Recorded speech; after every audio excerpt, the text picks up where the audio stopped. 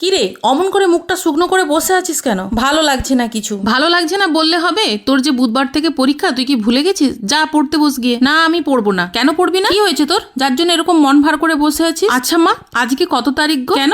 আজকে তো 24 তারিখ। এটা নভেম্বর মাস, তাই না মা? হ্যাঁ, কেন বলতো? এত কিছু জমা খরচ কেন নিচ্ছিস? আচ্ছা মা, তুমি আমাকে একটা কেক বানিয়ে দেবে?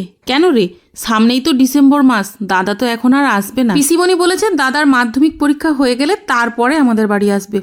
তুমি বলো মা, দাদার মাধ্যমিক পরীক্ষা তো এখনো কত বাকি। তার উপরে আজ বিকেলেই ওরা চলে যাচ্ছে, মন খারাপ হবে না? বানিয়ে তো দিতাম রে, কিন্তু বাড়িতে তো অর্ধেক জিনিস নেই, কি করে বানাবো বল? আচ্ছা ঠিক আছে। দুপুরবেলা দাদা আর ভাই দুজনে একসাথে ঘুমিয়ে পড়েছিল। ওরা যখন ঘুম থেকে উঠেছে ওদের সামনে আমি কেকটা ধরতেই, মা তুমি কেকটা বানিয়েছো? হ্যাঁ রে, কিন্তু তুমি যে বললে কোনো কিছু জিনিসপত্র নেই। কি আর করব বল, ছেলের আবদার বলে কথা, মাকে তো জোগাড় করতেই হবে। ছেলে আমার হাত থেকে কেকটা নিয়ে দাদার হাতে দিয়ে বলল, দাদা এটা তোমার ক্রিসমাসের গিফট। খেয়ে মাকে জানিও কেমন হয়েছে।